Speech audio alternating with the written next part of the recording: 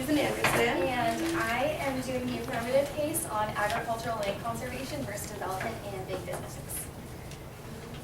A conservation easement in California is a power invested in a qualified private land conservation organization, often called a land trust or government, municipal, county, state, or federal, to constrain as to a specified land area the exercise of rights otherwise held by a landowner so as to achieve certain conservation purposes. It is an interest in real property establishment by agreement between a landowner and land trust or unit of government. Favoring agricultural land conservation easements in the state of California over development and big businesses is better because it provides a more sustainable way of doing agriculture long-term versus simply looking at the short-term effects. Sustainable agriculture is obviously better than short-term agriculture. In California, today there is a dichotomy between land conservation easements and the need for big businesses to build upon this land. These easements will solve sustainability issues and will be comparatively better for environmental in the long term. There is a substantial problem in California today regarding agricultural land conservation versus development. California is home to the most productive agricultural counties in the nation, and thus the status quo demands a policy change, or else we are going to lose more and more precious fertile farming land in our state to big businesses, development, and unnecessary construction and housing. There has been a lot of fertile land that has been lost and wasted due to big businesses in our state. According to SHARE 2008, millions of hectares of forest and natural vegetation have been cleared for agricultural use and for harvesting timber and woods fuels, and empirical evidence suggests that intensification rarely results in saving land for nature. Half of the world's wetlands have already been converted. California alone has lost 91% of its wetlands. By developing and building new big businesses on fertile agricultural land, we are eliminating natural resources that cannot be reproduced or stored ever again. Wu 2012 stated, "Conversion of farmland and forests to urban development reduces the amount of land available for food and timber production.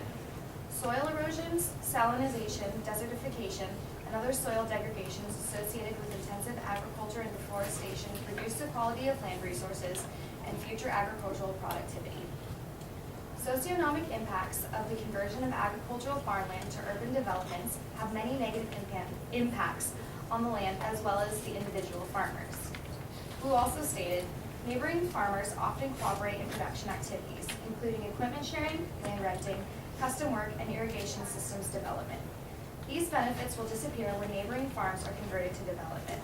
Farmers may no longer be able to benefit from information sharing and formal and informal businesses relationships among neighboring farms.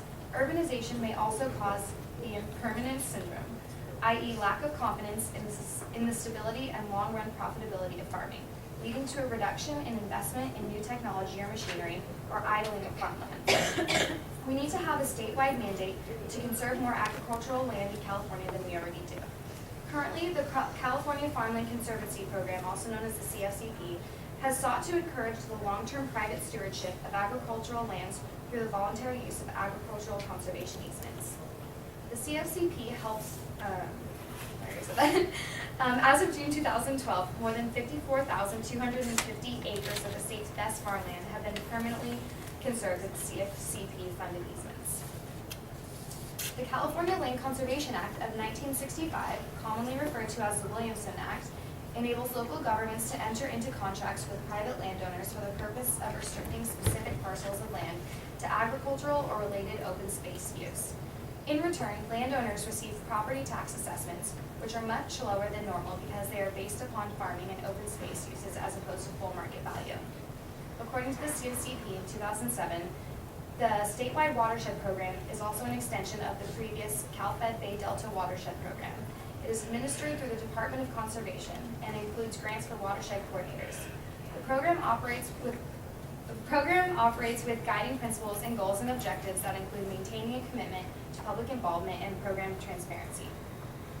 The conservation easements, a voluntary solution to agricultural land conservation in 2009, California Rangeland Trust uses conservation easements as a tool to preserve the inherent benefits of the ranching industry for future generations. An agricultural conservation easement is a voluntary, legally recorded agreement between the landowner and California Rangeland Trust that restricts the land to agricultural and open spaces.